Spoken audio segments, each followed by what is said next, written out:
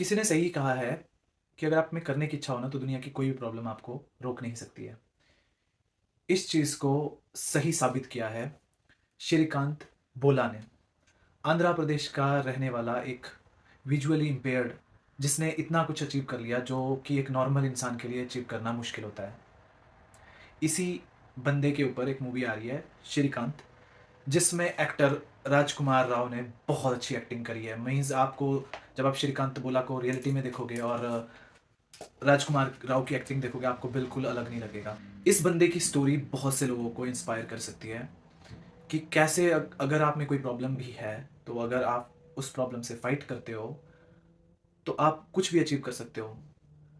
Means हम जैसे मुझे ना मतलब ट्रेलर देख के ऐसा फील हुआ कि यार मतलब ऐसा बंदा सीरियसली मैं कहता हूँ कि मतलब बहुत सारी स्टोरीज हमने देखी होंगी कि नॉर्मल इंसान अचीव करते हैं बहुत सारी चीज़ें, ठीक है, बट एक विजुअली इम्पेयर्ड मीन्स जिसको दिखता नहीं है उस बंदे ने क्या क्या कर लिया अपनी ज़िंदगी में और उस बंदे पर मूवी बन रही है।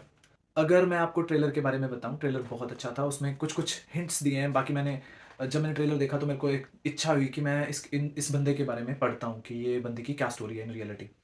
तो ये एक आंध्र प्रदेश में एक गरीब परिवार में पैदा हुए और इनके जो माँ बाप हैं उनको तो लोगों ने ये तक बोल दिया था कि भाई आपका बेटा है जो ये विजुअली इम्पेयर्ड है, आप इसको छोड़ दो, ज़्यादा बेटर रहेगा। पर नहीं, माँ बाप ने उसका साथ दिया, उसको पढ़ाया लिखाया।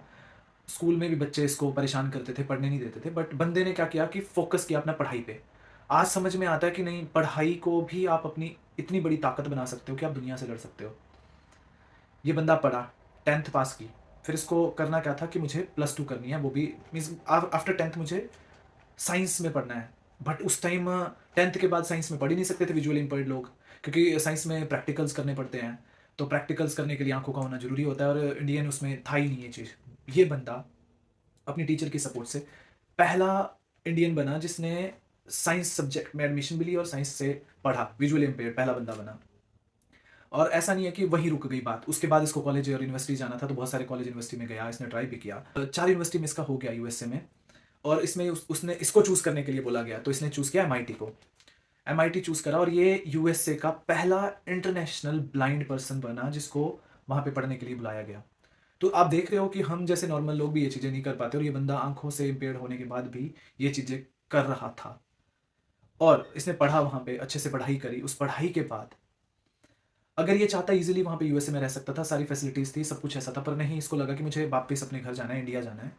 और ये घर वापस आया यहाँ पे।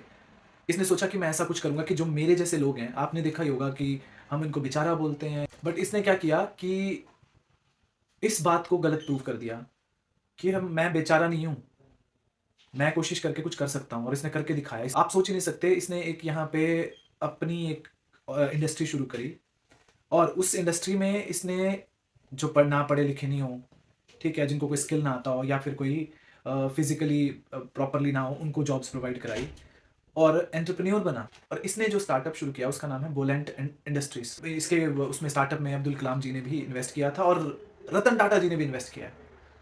तो आप समझ सकते हो कि ये बंदा कोई छोटा मोटा नहीं है, तभी जाके बॉलीवुड की नज़र में आया कि इस बंदे पे मूवी बननी चाहिए। मेरे हिसाब से बहुत बड़ी इंस्पिरेशनल और मोटिवेशनल मूवी होगी, क्योंकि सीरियसली नॉर्मल लोग क्या करते हैं आजकल, देखा ही होगा, कुछ भी प्रॉब्लम आती है लाइफ में जी सुसाइड कर लिया।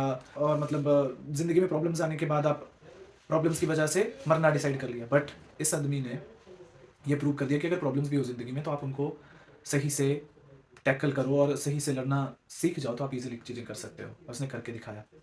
तो मेरे हिसाब से ये मूवी को अवार्ड, काफ़ी अच्छे अवार्ड मिलेंगे। बाकी रहा पब्लिक का रिस्पॉन्स, पता नहीं है, क्योंकि मोस्ट ऑफ द टाइम ऐसी मूवीज़ को पब्लिक इग्नोर कर देती है, पब्लिक को चाहिए मसाला।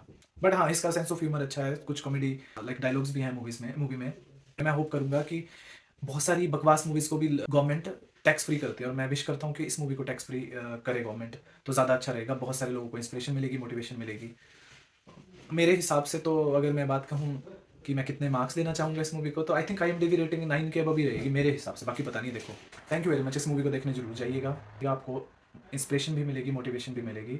ज़िंदगी में प्रॉब्लम्स आए तो उनसे कैसे लड़ा जा सकता है और लड़के कैसे जीता जा सकता है, वो भी सीखने को मिलेगा।